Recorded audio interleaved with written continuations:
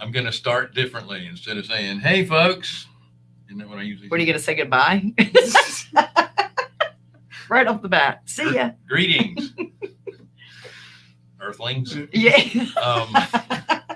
So we are going to talk about some breaking news as well as the what we think is the future of short-term rentals. That's right. Okay. Right after this. And thank you. Yeah.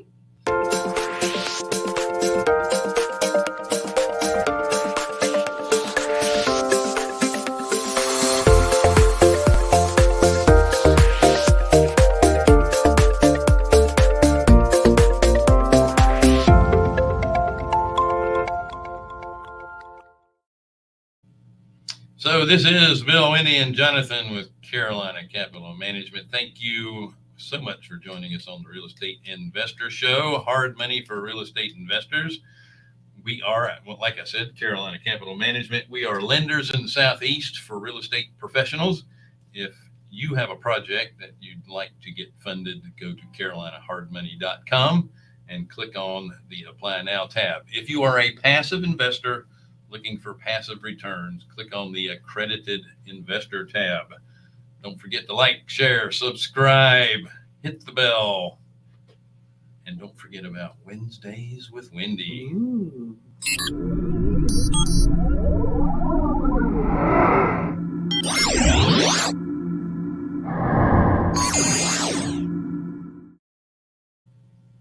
So Wendy devotes an hour per person, or is it 30 minutes? It's 30 minutes per person for the first half of Wednesday. Okay.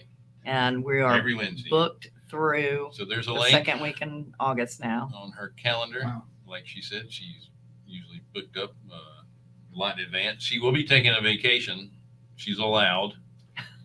So you may have to book a little bit later in the year. Yeah. But it's good. I promise you. I Mhm. promise you it'll be worth it. Well worth it. Please do it because it really feeds me a lot and I love it. Absolutely. And speaking engagements, we're going to be at Quest Expo.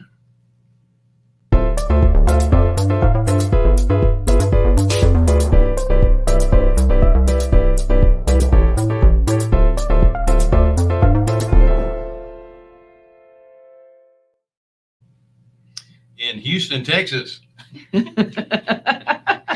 And if you'd like to get a discount, Fairman30 is the discount code. Mhm. Uh, Then that 30% off. other event in Punta Gorda is slap full. There is a waiting list now. Nice. They need a bigger spot. Yeah, well, Mhm. they've maxed out on the space that they could use. So if you want to get on the waiting list, you can do that, and that's over there in the chat box. But that'll be good. It's really about new construction and modular homes and mobile homes and that kind of Yeah, thing. affordable housing. Yeah. Yeah. Speaking of chat box, we have a chat box. It's Yeah. over on the right-hand side of your screen or underneath, depending on the platform that you're viewing us from. Anything else we got going on? No, but I will tell you that Kim and I went to see Bonnie Raitt last night in concert. I love Wow. Bonnie Raitt. Nice. And we walked in there and we both looked at each other. We're like, man, everybody here is so old. We've realized that we're now in that older sector. And there were silver hairs and lots of canes around and rocking and rolling to Bonnie Raitt. And I thought, wow, that's us. Everybody else around you looks so old, right? So, Mhm. so apparently you guys are the only ones that dye your hair. Hey, this is all natural. Awesome. It was really cool though. Lots of fun. I Lots bet. of fun. Well, that's good. Did you say that you had some breaking news? It's broken. Breaking news.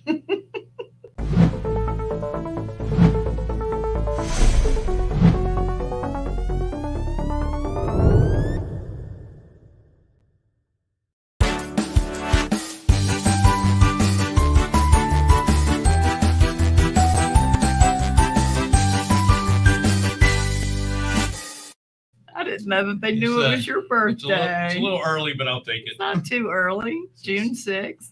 Which is what? Tuesday Can you? or Monday? I don't know.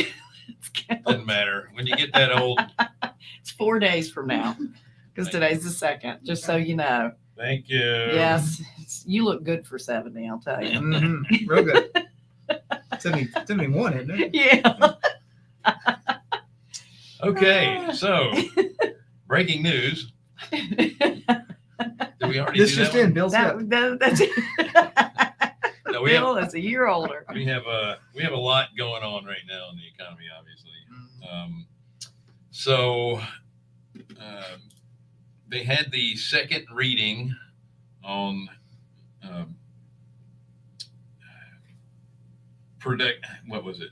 Second reading for production for And employment. employment, Mhm. and it was minus 7.3%. Typically, our labor produces a lot Surplus. more. Yeah. And we had a 12.3% increase in labor cost, and we had a negative 7.3% production number. Yeah, and that's not here at our office. That is, of course, nationwide. We do much better than So that you're here. paying a lot more for labor, and you're getting a lot less out of it. Yeah, kind of weird, isn't it? Now, it's not all lazy people. And so if you read deeper into those numbers, I mean, there's a lot of supply chain issues going on, and you're Sure. having to wait for stuff, and you're just not as productive. And you might get back to those folks that are saying that, working from home isn't as productive as they think it is, Right. too. Right. And then you're Materials you're and stuff. poaching workers from competitors. That's and right. You're paying them a lot more to get them, Mhm. and then are they really as productive worth it? as you think they are? Yeah. Are they worth that? For sure. Also, the ADP employment number came in, and they were expecting 300,000 new jobs created. It came in at 128,000. Wow.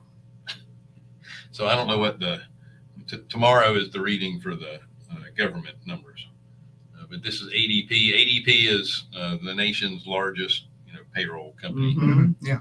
and that still gives you a good handle on what's going on. Things are starting to slow down. I know Silicon Valley is halting hiring, but keep in mind, a lot of these companies were bloated anyway. They Yeah. were way overvalued. Tech companies. A lot- Yeah. yeah, a lot of them. There's a lot of them that weren't making any money in the first place, and they were using all their money just to constantly grow and not be profitable. Mhm. Now, don't get me wrong, Google and Facebook and Meta, Amazon, they're all profitable. Microsoft, you got to put them in there too, but they're all putting hiring on hold right now too. Yeah. So things are slowing down. The other thing, the 30-year fixed rate mortgage actually dropped a little bit. It's 5.09% from For the average. 5.1. So they're kind of stabilizing a little bit. But we anticipate a rate hike of 50 bips in what, 2 weeks? Two and a half Well, weeks? Again, those are short term, and you might get a little bit of a bump in long term after a short term rise, but You will. typically it doesn't adjust to the same on the long term. No, it's not. It's not apples to apples. That's And for sure. as the economy slows, long term rates tend to go down anyway. Tend to. Yeah. Tend to. So No. Randy Vetter, friend of the show, And that's is very nice. personally. Always sends us some information, and I want to kind of promote this. So could you put Stessa up on the screen? So Stessa.com, it's a company owned by Roofstack. So Roof stock. Roof stock. stock. Yeah. So they're in the rental property, single family and multifamily rental property business, but they have free software, management software that you can utilize. I'm sure you're not getting all the features that they offer with the free version, but might as well try it out. But they put out a But- good monthly Yeah, or they- daily, They weekly. have a nice newsletter. And Yeah. the one I want to talk about is recession red flags. And then I'm going to obviously have some commentary of my own as well as the rest of the folks here, if I take a breath. Yeah, that would help. Um, so they're quoting several experts in the industry talking about Me and Jonathan. the economic cycle is slowing down. They have a decline of 12.2% in Q1 of GDP.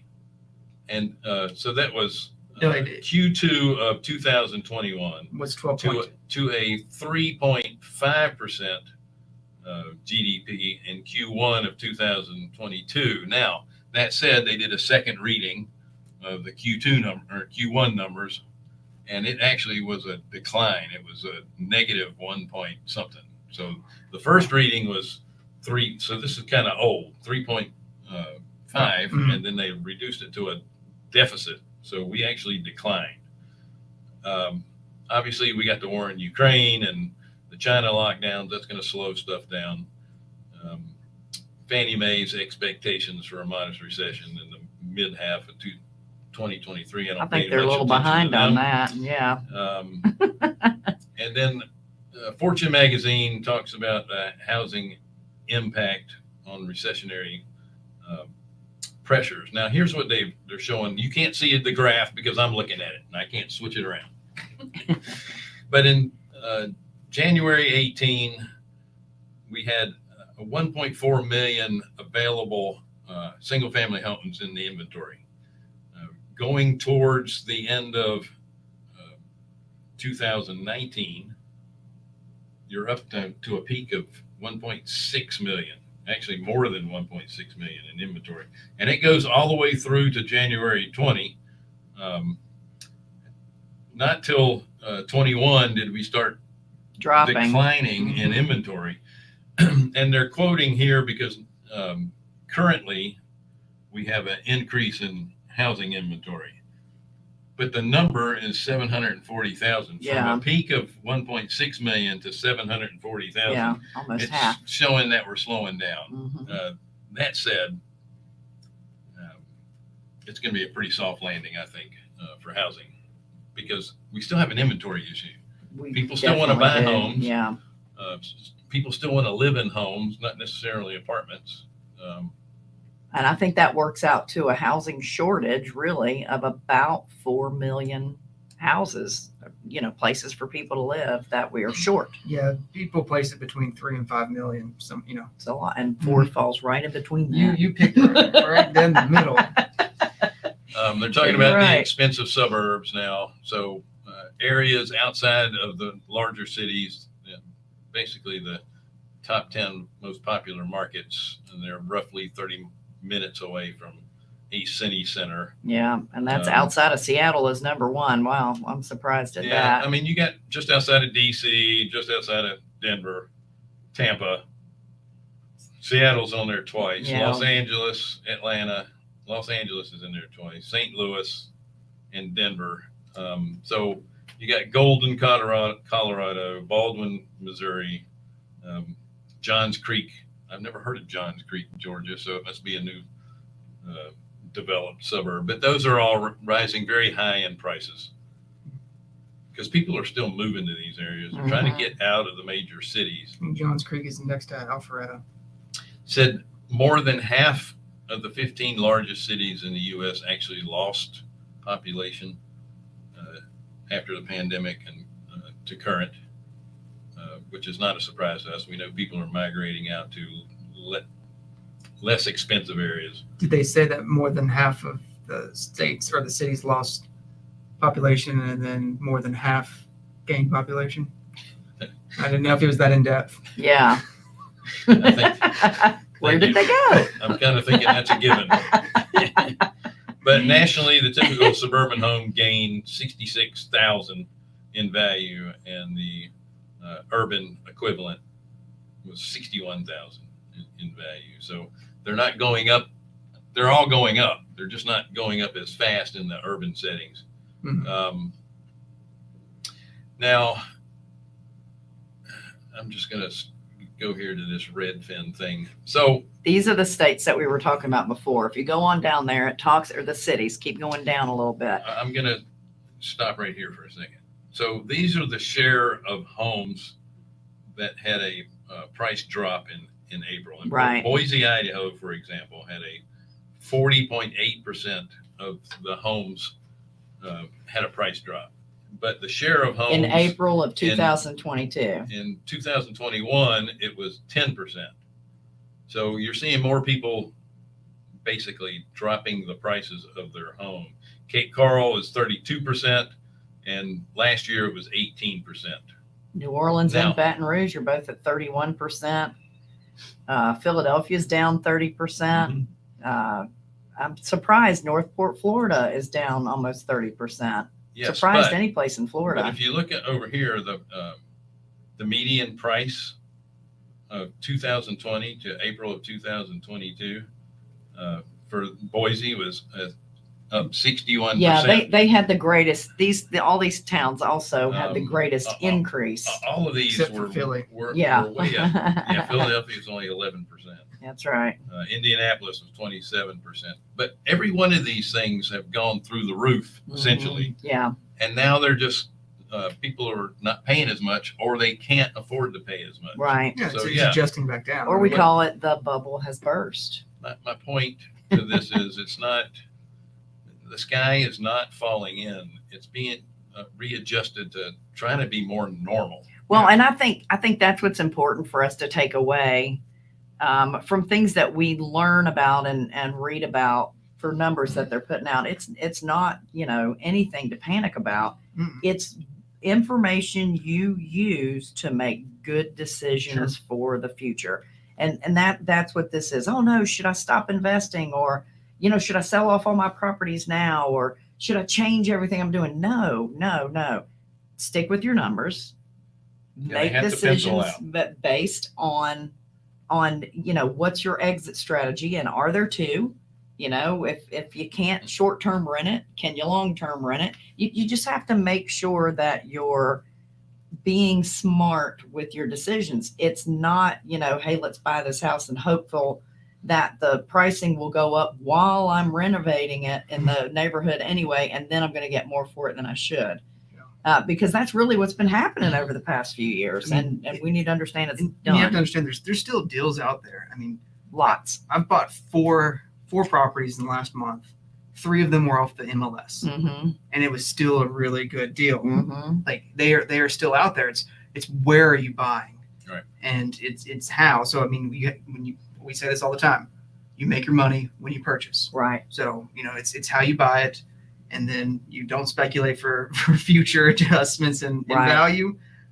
If you're buying to rent, or if you're buying to fix it and sell it, use data, not forward facing. Use current data. Right. So that's a good segue into, oh, by the way, lastly, use that link. I think they have a great little site there, and you can subscribe for their newsletter. The It's got good- Stessa.com. Yeah, it's got good info. It's over there in the chat box. So, Now it's on the screen. Wendy, since you're the short-term rental queen, what does your crystal ball Oh, say? no. Well, this is one of the reasons why I really love doing the Wednesdays with Wendy when I do, because yesterday, my first call, I thought I was signing up with one guy, and I opened it up and there's a group of 6 people in front of one camera, and then another guy that wasn't in the room. So he was on a separate camera. So there were 7 people that are they're, all grown men who are in different types of jobs There's that some they people who do. say men aren't grown. Yeah. They're just bigger boys. But they're all, well, that's true pretty much all the way around. But they are interested in getting into the short-term rental business. And when I asked them, what's your end goal? What is it that you're looking for? Their first thing was, we want to be in resort areas that we want to go to, which is great and wonderful.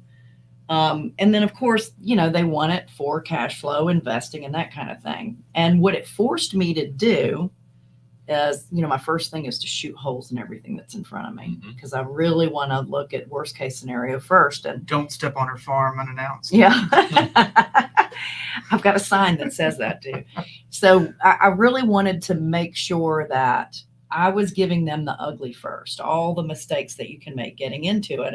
And really one of the biggest mistakes you can get is having in your mind the destination area, because the list that we just talked about, housing cities that are dropping the prices in their housing. They're all destination type cities or really large cities. In fact, on the 25 list that we did last week, 2 of the top in the 25 is Asheville, North Carolina, which is in the mountains, and the other one was Myrtle Beach, and the surrounding areas of Myrtle Beach. We've always been hesitant about lending in resort areas anyway, because we know that it goes up and it goes down. It's very bubble bursting. So, what happened when the pandemic hit is there were even counties that wouldn't allow you to book short-term rentals. So everything is very volatile, or more volatile, I should say, when you're in more of a resort area or a big destination rather than Anytown, USA. Yeah, and also if you're entering into a recession or a recession-like event, what are the first things that people stop doing?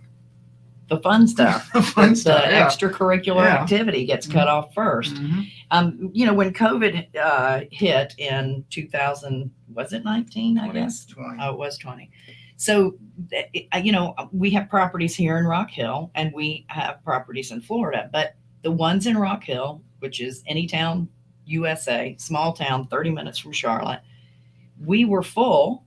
And then all of a sudden we had, I'd say 50% of our bookings canceled, but within a week I was full again because the people that were coming for funsies now were coming to work.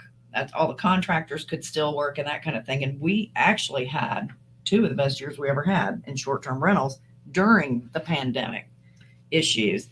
I have friends that have places in the mountains and places at the beach, and they had a moratorium. They could not take reservations. They didn't have money to take anyway. But it's those kind of things that you really need to think about, is really what is your alternative if for some reason you've got that black swan event that happened, or maybe your city, whatever city you're in or county you're in, decides they're not going to allow short-term rentals anymore. Yeah. And that's happening everywhere, even here in Rock Hill. It comes down to, like we said, like buying it right. Like when you analyze a short-term rental, do you analyze it at making $5,000 a month for $200 a night? Like, no, you probably don't, right? No, I analyze it on, if I can't rent it out short-term, can I cash flow on a long-term rent? So ironically, Myrtle Beach was listed on Realtor.com's 10 least expensive or most inexpensive vacation destinations. Right. You know why? It's the median. They're going by the median price. Yeah. But there's so much inventory available in Myrtle Beach now to spend the night, whether you're in a condo, whether it's short-term rental, hotel, whatever. There is so much inventory there that they're having a race to the bottom on what they're going to charge. Have 100 and some odd golf courses there, and there's a condo on every golf course. Yeah, that's true. And it is it's a great place to go. I'm not dogging Myrtle Beach. I like Myrtle Beach. It's not a place that I go to, but it's good for everybody else. Yeah, as an investor, you have to be mindful of another one was things. Morehead City. Yeah. So we just got to be, beautiful areas. You've just got to be careful. So what is the future of short-term rentals? Who knows? We really don't know. Just like, what's the ride share stuff? Uber and Lyft, and what they've gone through, the taxi cab companies trying to fight that, allowing them to continue. We're having the same thing in short-term rentals dealing with hotels. Hotels have a pretty big lobby, not the lobby of the hotel, but you know what I mean? Yeah. So, it's really, it's really tough to fight them, and cities and counties don't really understand it. Although they can make the tax money off of it, occupancy tax and things like that, putting that into place. People who do Airbnb or short-term rentals, we don't care about paying tax. We're happy to do it because, we want to pay our fair share.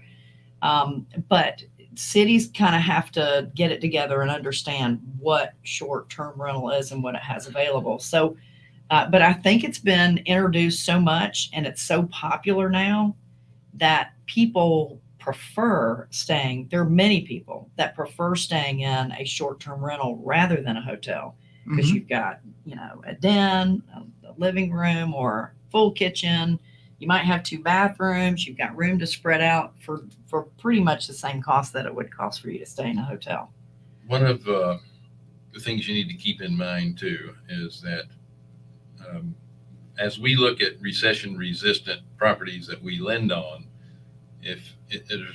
there's nothing wrong with having a experience type of a short-term rental, but if you're going to have multiple short-term rentals, I would get one would be an experience type of a place. The rest of them would be stuff that is geared towards monthly rentals or 2-week rentals for contract employees, Yeah. because they're still going to have to do this. In smaller expanding Mhm. cities, near Yeah. medical centers, Yeah. stuff like that. Mhm. Yeah. And then those are also going to be the ones that you're going to be able to rent long-term if it comes down to it. That's absolutely true. And And you're going to get them for a lot less money. well, and when you're doing short-term rentals, people are living there short-term.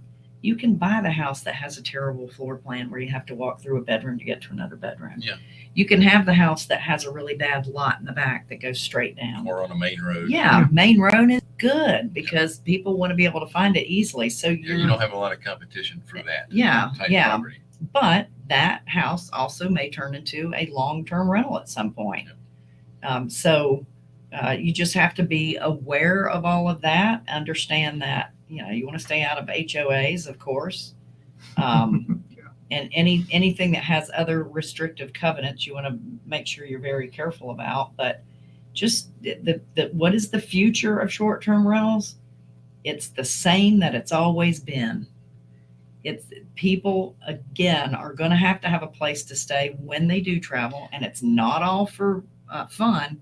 They travel for business. A lot of corporate rentals. One piece of advice, if you're using any of the websites, and I don't have to name them, everybody knows what they are. VRBO, Verbo. Like I said, Working, I didn't have to mention them. Booking.com, Booking.com, Airbnb, But Furnish Finders. If you're smart, you're going to make sure that you have cards and pamphlets and that type of thing that has your direct information, have your own little website, Mhm. so you can constantly market those people to Yeah. come back. We have it on our floor mat. Our direct website is on our doormat at the And front then- door. Because otherwise you're depending on another company for your booking. And you don't know what they're going to change. Yeah. So there's a lot of people that do Amazon stores where Mhm. you don't get any of the contact information of the people that buy from you, Right. but you can certainly put inserts in your packages Mhm. where they can buy from you directly. That's right. Yep. That's right. It's a And good you can point. control your own destiny. So do that with your short-term rentals as Just well. be smart. Yeah. Stick with your numbers. Okay, folks, we've run a little long.